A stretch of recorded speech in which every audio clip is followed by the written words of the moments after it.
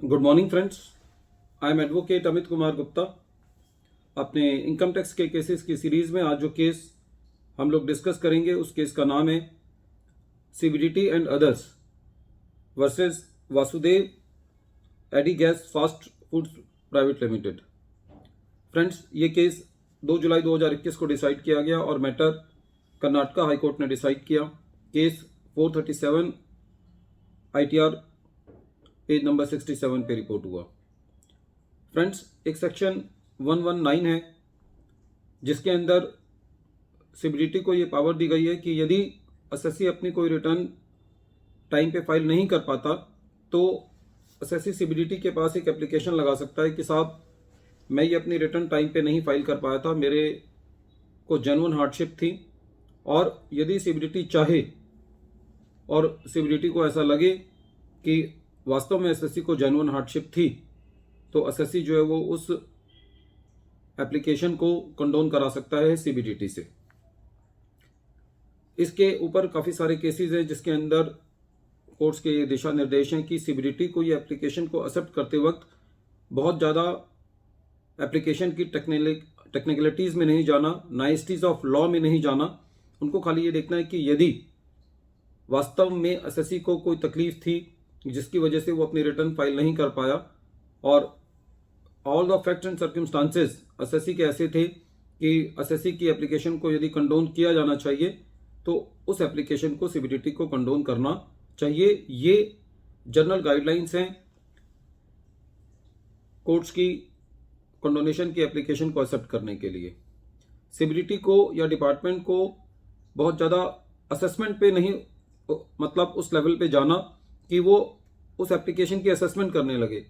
यदि ऐसा लगता है कि एसएससी का कोई जेन्युइन रीज़न था जिसकी वजह से एसएससी अपनी एप्लीकेशन नहीं फाइल कर पाया, रिटर्न नहीं फाइल कर पाया, तो सीबीडीटी जो है वो उस कंडोनेशन की एप्लीकेशन को एक्सेप्ट करना चाहिए। ये जनरल लॉ है। एसएससी एक प्राइवेट लिमिटेड कंपनी था। एसएससी ने के यहाँ कुछ शेयर होल्डिंग पैटर्न चेंज हुआ था जिसकी वजह से मैनेजमेंट चेंज हुआ था और मैनेजमेंट में डिस्प्यूट था और एसएससी कंपनी अपनी असेसमेंट ईयर 14-15 के रिटर्न जो है वो नहीं फाइल कर पाया था टाइम के अंदर। एसएससी ने कंडोनेशन की एप्लीकेशन लगाई।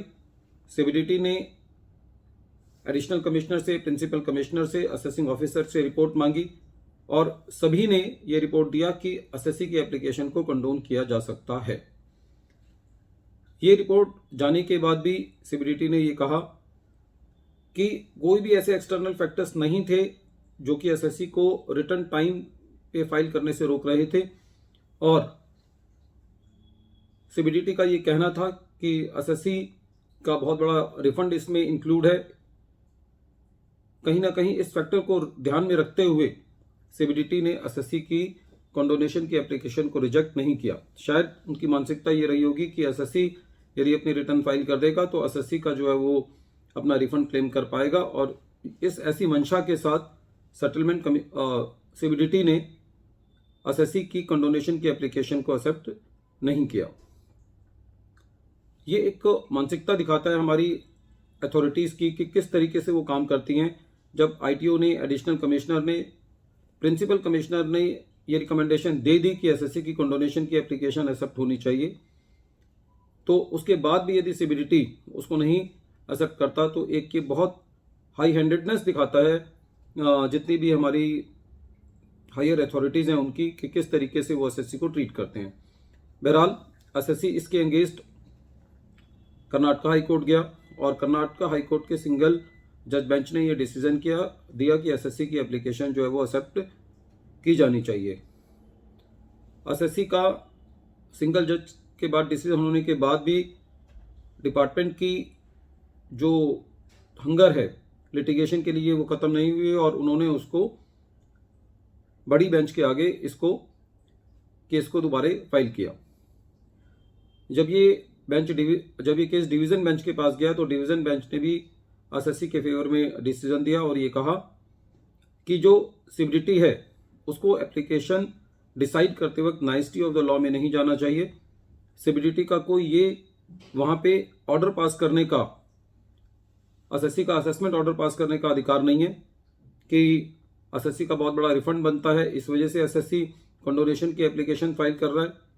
This factor should not be considered for determining the condonation application. Only the factor which is to be seen, that whether there was genuine hardship on the part of the assessee to not to file the return on time, and in this particular case there was change in the shareholding of the company, there was change in the management of the company, some dispute was going on in the company law board also. All these facts were brought to the notice of the CBDT, and even then the application for condonation was not accepted by CBDT. But when this matter came to the division bench in the Karnataka High Court, the Karnataka High Court gave the decision in to the favor of SSC, and it was decided by the court that this condonation application should be accepted by the CBDT and the SSC should be allowed to file the return of income. Friends, ये बहुत सारे cases में ऐसा हो रहा है कि for example NRI के केसेस में जहाँ पे उनकी बहुत सारी इन्वेस्टमेंट्स कई बार इंडिया में होती हैं, कई बार उनका कोई प्रॉपर्टी का टीडीएस कट जाता है and they are not aware कि उनका टीडीएस कट गया है. और काफ़ी सारे ऐसे केसेस में देखा गया है कि जब 2 साल बाद या 3 साल बाद जब ये पता चलता है कि हमारा टीडीएस कट गया है, और जब एसएससी जाता है सीबीडीटी के पास कंडोनेशन के एप्लीकेशन को लेके, तो उसमें बहुत टाइम लगता है और वो लोग बहुत इसको माइन्यूटली ऑब्जर्व करते हैं और जनरली वो इसको एक्सेप्ट नहीं करते, तो जिसकी वजह से एसएससी का जो पैसा है वो रिफंड नहीं मिल पाता. तो this matter should be taken care of by the government so that the loss of the SSC due to money stuck into the TDS should be avoided, and the application of the SSC should be considered on merit and not on the basis of the high-handedness of the taxing authorities. Friends, once again I am repeating the name of the case. The name of the case is CBDT and others versus Vasudev Agidas Fast Foods Private Limited, and this matter has been reported in 437 ITR at page number 67.